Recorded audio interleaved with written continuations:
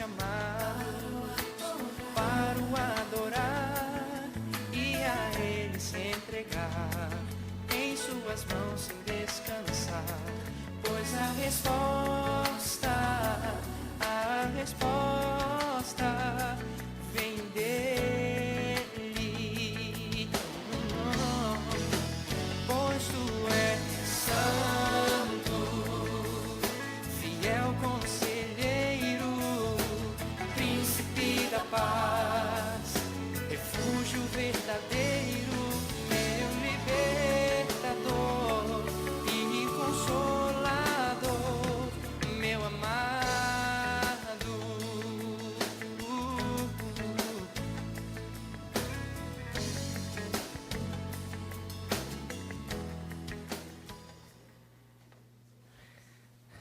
Hoje pela manhã o nosso tema será doutrina simples. Já estamos chegando no finalzinho da nossa série.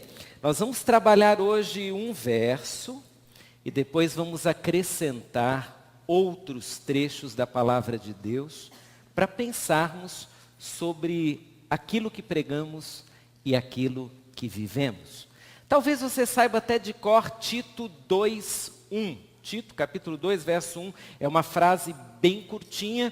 A palavra de Deus diz assim: tu, porém, fala o que convém à sã doutrina. Vamos falar juntos essa frase curtinha? Vamos lá? Tu, porém, fala o que convém à sã doutrina. Sã doutrina. Vamos pensar um pouco nessa pequena frase hoje pela manhã. Quero começar lendo uma carta que foi enviada por uma senhora ao seu pastor, o pastor Jerry Lincoln, que faz parte da equipe ministerial da Community Bible Church em San Antônio. Eu vou ler essa carta porque o pastor Lincoln colocou essa carta no boletim da igreja lá de San Antônio, e depois de ler a carta, então ele fez uma série de ponderações que eu também farei aqui. O contexto é o seguinte: um senhor, que era um líder lá daquela igreja, ele iria passar por uma reunião, que acho que não tem aqui no Brasil, mas ele ia passar por uma comissão de ética da igreja lá. Lá eles têm uma comissão de ética. E aquela irmã, ela havia compartilhado a situação do seu esposo, tudo mais, e ela mandou uma cartinha para a comissão de ética. Veja o que ela escreveu. Meu marido conhece a Bíblia. Ele consegue achar uma passagem bíblica rapidamente. Conhece a ordem cronológica em que os livros da Bíblia foram escritos e sabe o contexto histórico da grande maioria deles. Ele pode discursar por horas sobre trechos difíceis e é capaz de recitar versos e também sabe defender as principais doutrinas da Bíblia. Sempre o admirei por isso, mas tenho que confessar que, apesar de conhecer bem a Bíblia, meu marido não é crente. Ele sabe o que significa a palavra amor, mas ele não sabe amar nem a Deus, nem a sua família. Ele vive algo bem diferente do que lê na Bíblia. Meu marido é um hipócrita. Ele vive em dois mundos, a igreja e a realidade. Na igreja, ele é um grande conhecedor da Bíblia, mas em casa e no trabalho parece que nem a conhece. Por isso, os nossos filhos não querem nem saber de Deus. Estão se transformando como pai. Conhecem a Bíblia, mas não vivem de um modo coerente com ela. Pergunta aos irmãos, ainda carta: isso é ser cristão? Apenas conhecer a Bíblia, mas viver de um modo que desagrada a Deus, isso é o que Deus quer? De que vale conhecer a doutrina e não aplicá-la? De que vale bater no peito e dizer, eu sou um crente, e viver como um mundano, mentindo, agindo de má fé, tratando mal as pessoas, visitando sites pornográficos na internet. Meu marido, ele conhece a Bíblia, mas não é crente. Ele fala de Jesus, mas não é crente. Agora, se os senhores disserem que ele é crente, então eu prefiro não ser crente e nem ser membro dessa igreja. Como você se sente ao ouvir uma carta dessas? Principalmente você que conhece pessoas muito parecidas com esse marido. E como você se sente se por um acaso você é parecido com esse homem? Um conhecedor da Bíblia, uma pessoa que sabe exatamente qual é a mensagem escrita, sabe exatamente onde estão os livros, sabe exatamente do que fala cada um deles, mas vive de um modo completamente diferente daquilo que lê. O pastor Lincoln, no restante do artigo, ele escreve que quando leu a carta, ele ficou muito chocado, porque aquele homem, para ele, pastor Lincoln, era a sua referência de marido cristão, era a sua referência de membro de igreja. E lendo a carta e pensando hoje pela manhã, eu chego à conclusão, irmãos, que há uma diferença muito grande em conhecer e viver a palavra de Deus. Há uma diferença enorme em conhecer a doutrina, elogiar a doutrina e viver de acordo com ela. Nós somos uma igreja batista e a tradição batista, ela tem assim um lado muito forte. Nós valorizamos a palavra de Deus. Não valorizamos? Nós valorizamos. Nós desde cedo colocamos nossas crianças para estudar a palavra de Deus. Nós estudamos a palavra de Deus em classes, tentamos conhecê-la profundamente. Esse é um lado da nossa tradição que realmente importa para nós. Nós valorizamos muito a palavra de Deus. Nós inclusive falamos que a nossa doutrina, ela é a mais próxima da revelação que Deus nos deu pela sua palavra. E é o que nós cremos. É por isso que nós somos batistas.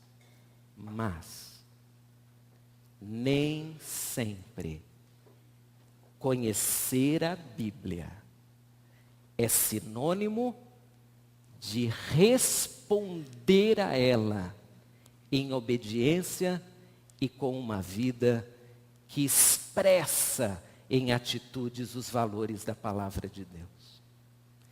Irmãos, por certo, nessa igreja e em toda igreja, há homens como este citado, há mulheres também com um comportamento parecido.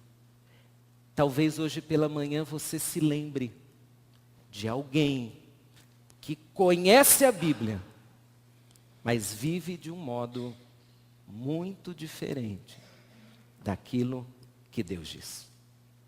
Se você conhece alguém, ou se você é assim, ou se você está chateado porque tem visto pessoas que conhecem a Bíblia e não a aplicam, e são pessoas que às vezes acabam com o seu testemunho dentro de uma sala de aula, dentro de um escritório.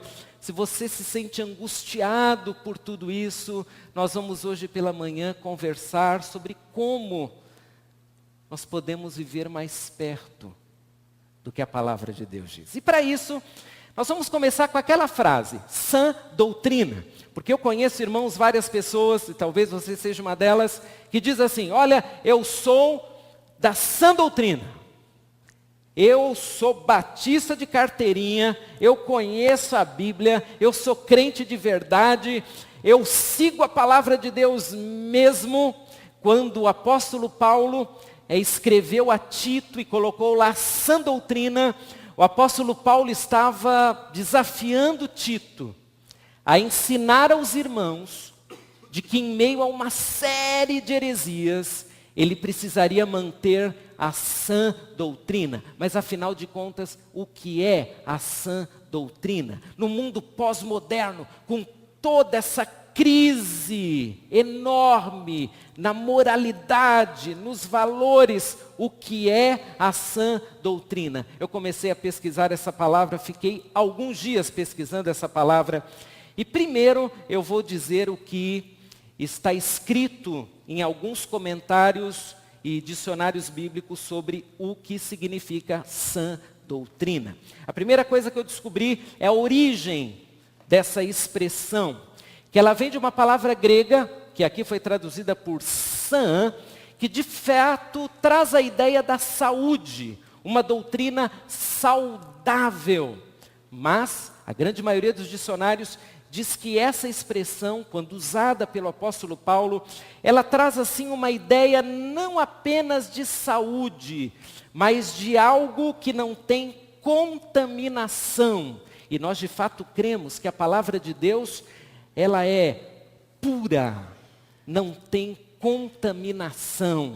Ótimo. Então, sã doutrina nos parece ser uma doutrina de saúde, uma doutrina limpa, uma doutrina pura. Vamos estudar mais.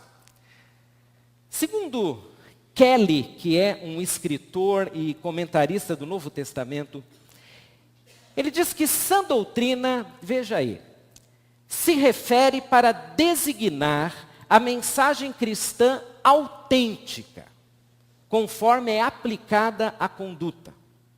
Expressa sua convicção de que uma vida moralmente desregrada é, por assim dizer, doentia e necessita de tratamento. A sã doutrina agora, segundo Kelly, ela tem um lado prático. A sã doutrina é aquela que nos leva a uma conduta saudável. Muito bem, vamos a outros comentários. Comentário bíblico Beacon, que alguns de vocês têm, diz assim, que a sã doutrina é o aspecto prático da doutrina. E ela combina com o comportamento. Mais uma vez, sã doutrina ligada à prática. Vamos agora a um outro comentarista, meu xará, Guilhermo Hendrickson. Olha o que ele escreve.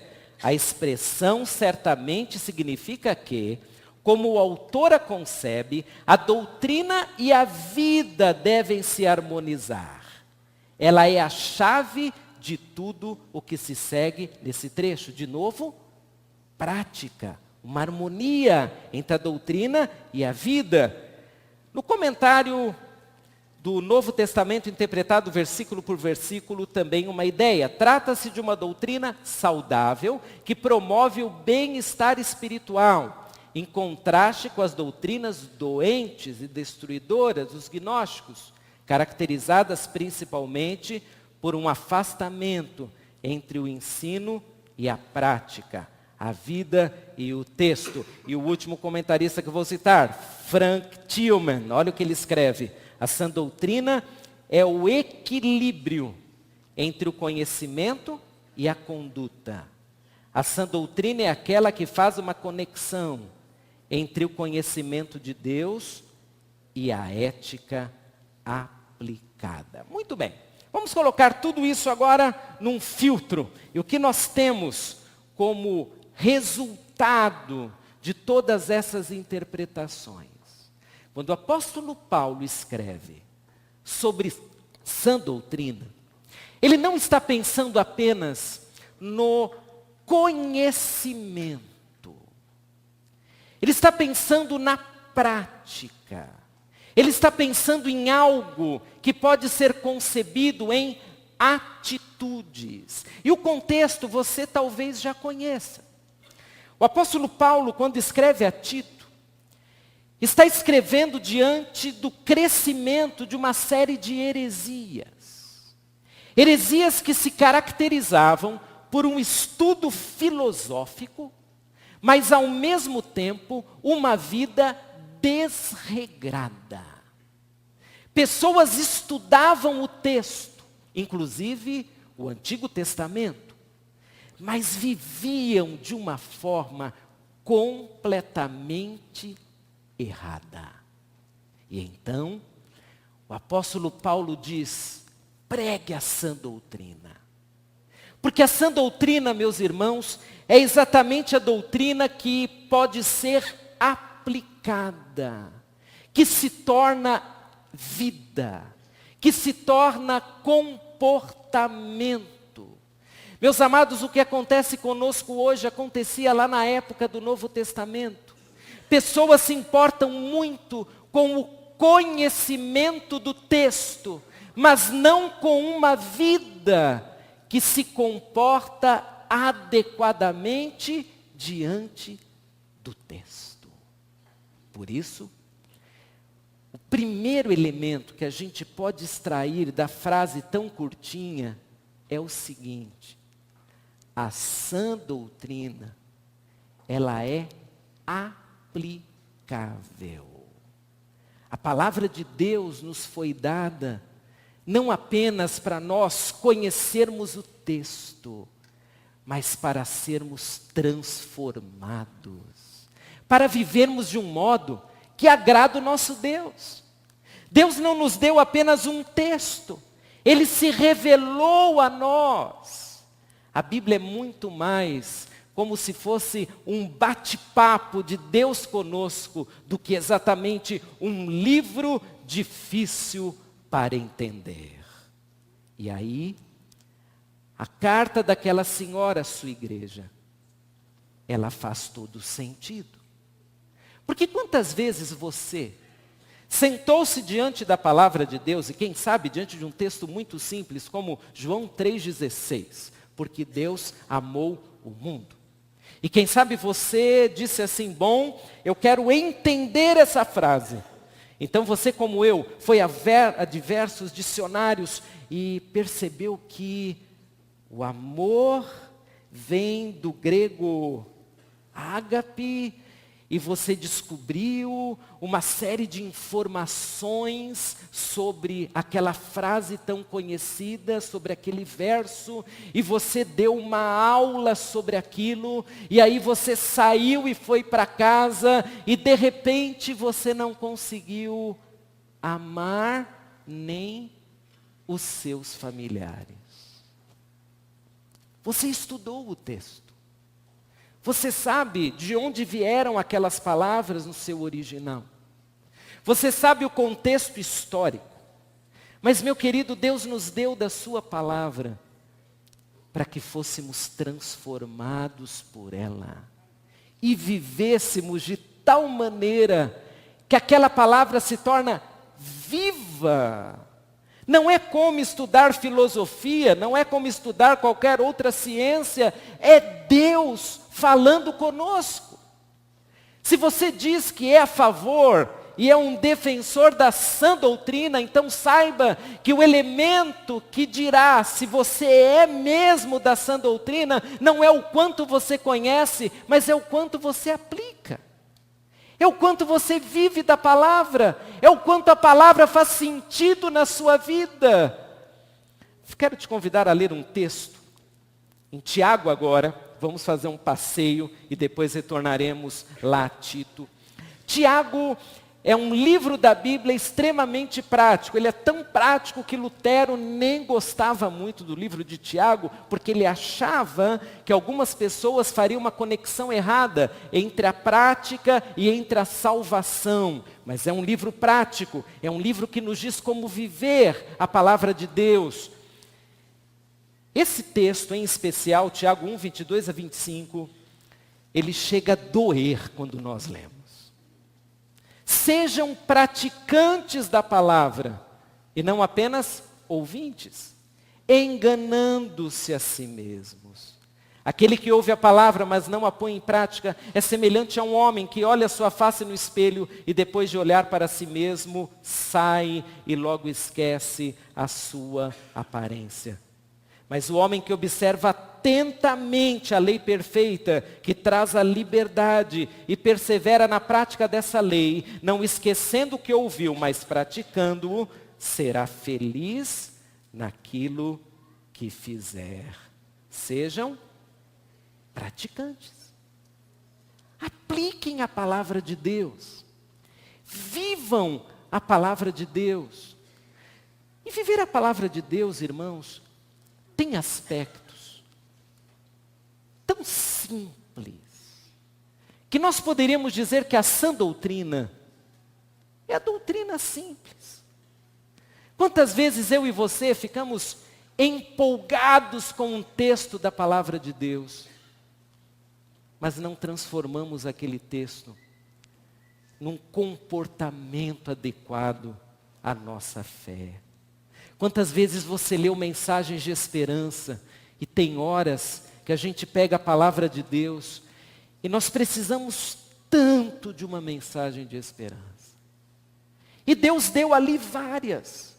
Você lê essas palavras de esperança, mas não consegue obter esperança, porque fica preso ao texto, mas não consegue ouvir a voz de Deus através do Espírito Santo, transformando aquele texto num verdadeiro desafio para a sua vida. No próprio Deus dizendo, olha, eu já falei que eu vou cuidar de você, então agora é contigo, confie nisso. Eu já falei que eu amo você, confie nisso. Eu já falei que tem coisas que são ruins para você. Abandone-as. A sã doutrina é aquela doutrina que se revela em aplicações, em mudança de caráter, em mudança de comportamento. A palavra de Deus não é um livro para ser apenas estudado, mas é a palavra de um Deus que ama você e que sabe o que é melhor para a sua vida. A palavra de Deus ainda vai nos dar um outro recadinho sobre essa aplicação. Vamos voltar agora para Tito. E Tito 3, 9 a 11, o contexto todo de Tito, ele concorda com a questão de aplicar a palavra de Deus à vida dos ouvintes. Tito agora ouve, ou lê, aliás, a mensagem de Paulo dizendo, mas não entres em questões loucas, genealogias e contendas, e nos debates acerca da lei, porque são coisas inúteis e vãs. Ao homem herege, depois de uma ou outra demonstração, evita-o, sabendo que esse tal está pervertido e peca, estando já em si mesmo condenado. Domingo passado eu contei para você a história do meu barbeiro, que no momento em que eu ia fazer o apelo para ele se converter, ele queria saber a idade de Matusalém. Contei para você isso. E me lembrei de um outro fato. Um fato muito mais próximo. De um amigo pessoal na minha época da adolescência. Eu ouvi o meu pastor, quando era adolescente, dizendo várias vezes, olha, você precisa falar de Jesus às pessoas. Ele falava sempre isso. E eu comecei a falar de Jesus às pessoas, como você começou, e eu nem sempre fui pregador, eu falava de Jesus no dia a dia, tudo mais. E eu me lembro que um colega de classe, que posso até dizer o nome, Gilberto, ele era meu amigão do peito, assim. E eu queria muito vê-lo salvo por Jesus, por 2 motivos. Primeiro, porque a condição familiar dele era terrível, terrível. Gilberto perdeu o pai muito cedo, porque seu pai foi assassinado, ele era um ladrão. Então, a formação do Gilberto era terrível. Ele se sentia muito culpado, ele achava que o seu pai se tornara um bandido para dar a ele a comida, a roupa. Então ele era um rapaz assim, com essa culpa. E eu achava que Jesus poderia tirar isso do Gilberto. E também eu queria que o Gilberto fosse para o céu, obviamente. Então me lembro que uma das vezes que eu fui falar de Jesus para o Gilberto disse assim: Guilherme, nós éramos adolescentes. Eu só vou aceitar Jesus quando eu entender a Bíblia. Eu não entendo a Bíblia. Que adolescente que entende a Bíblia? É difícil mesmo. Nem nós adultos, por vezes, entendemos. Tem uma série de versos difíceis e tudo mais. E eu disse, ok. Então eu vou te ajudar a entender a Bíblia. Gente, que desafio. Porque ele só me trazia o que eu não sabia da Bíblia. Tudo que ele perguntava, eu não sabia. E eu comecei a imaginar que seria muito difícil o Gilberto aceitar Jesus um dia. Muito difícil, tinha muita coisa difícil na Bíblia. E quando eu olhei para esse texto, me veio à mente o Gilberto, que hoje é crente, mora no Nordeste, graças a Deus. Eu me lembrei do Gilberto, principalmente nessa frase: não entre em questões loucas. Nós entramos várias vezes em questões loucas nas nossas conversas. Nós viajávamos, porque ele me fazia perguntas que eu não sabia responder. Então nós começávamos a conversar. Será que é isso? Questões loucas. Nós chegamos até mesmo, irmãos, a perder tempo debatendo mesmo, porque ele não concordava com uma série de coisas. E de repente, quando eu leio esse texto e lembro dele, eu percebo que tantas vezes o inimigo, estrategista para nos afastar de Deus, ele usa a própria palavra de Deus. Ele cria uma ideia de que primeiro nós precisamos discutir. Nós precisamos entender tudo. Principalmente, vamos começar pelo livro de Números. Vamos perguntar quanto, se os dias da criação são dias reais, se são frações do tempo. Vamos discutir se Jó é de fato o livro mais antigo da Bíblia. E vamos lá, e vamos. Quando Deus está nos convidando para algo muito mais simples. Ele está nos convidando para mudarmos de vida pela palavra. Ele está nos dizendo assim: pare de ficar discutindo. Pare de ficar com questões loucas, genealogias, contendas, e viva a palavra de Deus. O que você já conhece da palavra de Deus? Só o amor de Deus? Então comece por aí. O que você já conhece da palavra de Deus? Padrões para uma vida que agrada ao Senhor? Comece por aí. Leia a sua Bíblia toda. Vários irmãos aqui já fizeram isso, eu faço isso pelo menos uma vez por ano. Leia a sua Bíblia toda. Mas faça da Bíblia a ferramenta de conversa com Deus e transformação de vida. Não se esconda atrás de textos difíceis. Não fique apenas estudando aquilo que talvez nós nunca descobriremos o que de fato quer dizer. Mas na simplicidade do seu coração, aplique tudo que Deus te manda. Comece com Jesus. Os ensinos práticos, simples de Jesus. Devore tudo que a Bíblia diz sobre Jesus Cristo e aplique a doutrina simples para que o seu comportamento ele combine com aquilo que você lê. Segunda questão que quero trazer aqui à mente, que a palavra de Deus, a sã doutrina, a doutrina simples, primeiro, ela é para aplicar, e segundo, ela tem poder. Poder. Ela é comparada a uma espada. Nós não sabemos exatamente nem o peso, não sabemos como lidar com uma espada, não faz parte da nossa cultura, os policiais não andam com espadas aqui na cintura, mas creia que as espadas, elas eram ferozes, matavam gente. E o apóstolo Paulo, no outro texto, ele usa o símbolo da espada, de 2 gumes, que penetra e chega até o nosso âmago, até o nosso interior. A palavra de Deus não é lenço de papel, é espada. A palavra de Deus não é para massagear o nosso ego, é para nos transformar.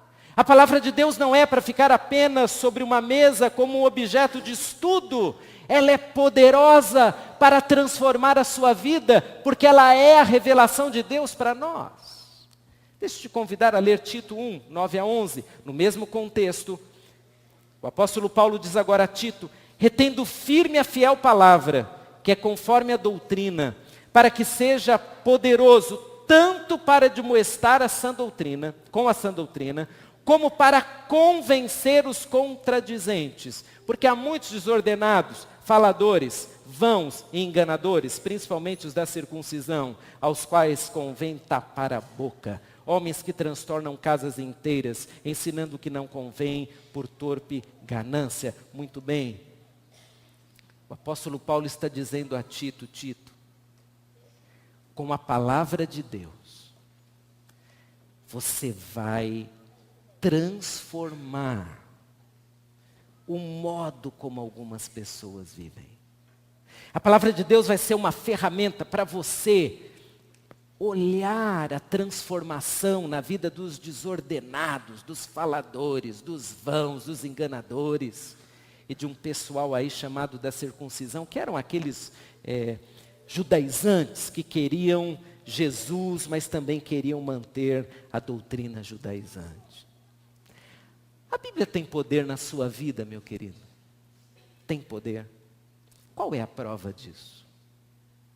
Antes de conhecer a Bíblia, eu era um mentiroso, eu era uma pessoa que tratava mal os outros, eu não tinha esperança, eu não era salvo, eu não era, ou era isso, aquilo, mas um dia eu aceitei Jesus Cristo, e com a palavra de Deus, a minha vida começou a ser transformada. Esse é o seu testemunho? Porque esse é o testemunho cristão. É o poder da palavra de Deus. A palavra de Deus tem poder para me tirar de um caminho que não agrada a Deus e me mostrar que é um caminho excelente. A palavra de Deus tem poder para me ensinar que num texto tão simples às vezes, eu encontro alimento para minha alma. A palavra de Deus tem poder para injetar esperança na minha vida. Tem poder para me fazer reconhecer Jesus Cristo como Senhor. Tem poder para que a minha vida seja uma vida diferente, não porque eu sou melhor, porque eu sou bonzinho, mas sim porque eu tenho um Deus que cuida de mim. Querido, a sã doutrina, ou a doutrina simples, é a doutrina de poder.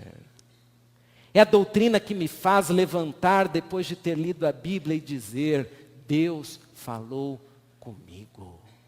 Não foi só uma leitura costumeira, Deus falou comigo. Deus disse que Ele levou os meus pecados, porque eu confessei e me arrependi, e eu agora estou livre. E é a palavra de Deus que me diz isso. Num outro texto, agora, lá em 1 Timóteo 1, 3 e 4, no mesmo contexto, porque as epístolas pastorais, 1 Timóteo, 2 e Tito, tem basicamente o mesmo contexto. Olha o que o apóstolo Paulo escreve: partindo eu para Macedônia, roguei-lhe que permanecesse em Éfeso, para ordenar a certas pessoas que não ensinem doutrinas falsas, e que deixem de dar atenção a mitos e genealogias intermináveis que causam controvérsias, em vez de promoverem a obra de Deus, que é pela fé. Quando a Bíblia se torna ferramenta de controvérsia, alguma coisa está errada. Porque a Bíblia tem que fazer o quê? Ela tem que promover a obra de Deus.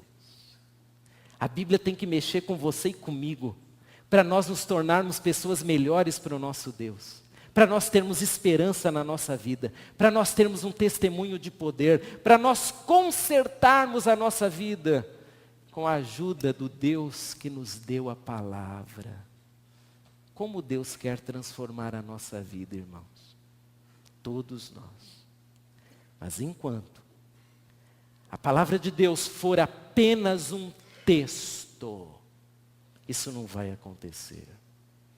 Enquanto a palavra de Deus for apenas um texto que mecanicamente você lê, e uma vez uma pessoa me disse: pastor, eu leio a Bíblia todo dia que eu tenho medo de ir para o inferno. Se você faz isso, saiba, você está perdendo o melhor da palavra de Deus. Porque a palavra de Deus é poder para transformar a sua e a minha vida. Muito bem. Tito foi desafiado, portanto, a pregar a sã doutrina. A doutrina simples. A doutrina que pode ser aplicada. A doutrina que transforma. Eu encerro dizendo a vocês 3 aspectos que eu transformei em perguntas para nós pensarmos. Primeira, nós temos aplicado a palavra de Deus à vida. A sua vida tem a marca da palavra de Deus. Você pode hoje olhar para si mesmo e dizer assim: olha, a palavra de Deus faz diferença na minha vida. Eu considero o que Deus diz. Eu tento viver o que Deus diz. A palavra de Deus é prática na sua vida. Segunda pergunta: qual o nosso maior interesse no estudo da palavra de Deus? Qual é o seu maior interesse? É ser como Deus diz que nós devemos ser através da palavra? Ou seu interesse é aquele que foi condenado na própria palavra de Deus? Vamos apenas discutir, vamos apenas saber o que significa essa palavra, esse conceito. Você já imaginou o poder que há num grupo como esse? Se todos nós saíssemos daqui com um objetivo: nós vamos viver a palavra de Deus. Você consegue imaginar o que poderia acontecer? Consegue imaginar pessoas dizendo assim: a Bíblia para mim é o recado do Deus que me ama e eu vou obedecer? Consegue imaginar isso? E a última pergunta: você sabe diferenciar o que é essa doutrina sã, simples, que pode ser aplicada, do que são preceitos humanos? Há pouco tempo atrás, eu recolhi alguns vídeos na internet sobre cultos e levei para os meus alunos da faculdade. Um dos cultos que eu levei foi o culto da vassoura. Não sei se você já viu. É fantástico. É fantástico. Acho que foi o pastor Fernando que me mandou aquele negócio. Um monte de vassouras. E a temática é a seguinte: compre a vassoura, porque você vai varrer aquela vassoura. E acho que leva tudo: pecado, maldição, espírito, leva tudo. E o pessoal levando a vassoura, consagrando a vassoura lá no monte. Bom, nós não somos uma igreja de vassoura. Isso é uma coisa muito grosseira, não é grosseiro? Isso a gente diz assim: é heresia, isso é errado. Mas, e quando nós olhamos a palavra de Deus e não obedecemos nas coisas simples, práticas, isso também não seria uma heresia? Não seria tão ruim quanto uma vassoura? Ou em alguns momentos pior que uma vassoura? Quando um cristão vive uma vida sem o impacto, o poder e a direção da palavra de Deus. Pense sobre isso. E você vai pensar sobre isso enquanto cantamos o último hino desse culto. Eu gostaria que você, durante algum instante, pensasse no seguinte: bom, o que é a palavra de Deus para mim? O que é ser um defensor da sã doutrina? O que é ser um batista de verdade? É só conhecer o texto? Ou é ser transformado pelo texto da palavra de Deus? Pense sobre isso. Nós cantaremos A minha fé e o meu amor estão firmados no Senhor, no Deus da palavra. E se por um acaso a palavra de Deus não tem sido aplicada e não é poderosa, que tal você ser desafiado agora a viver a verdade da palavra de Deus na sua vida? Vamos cantar.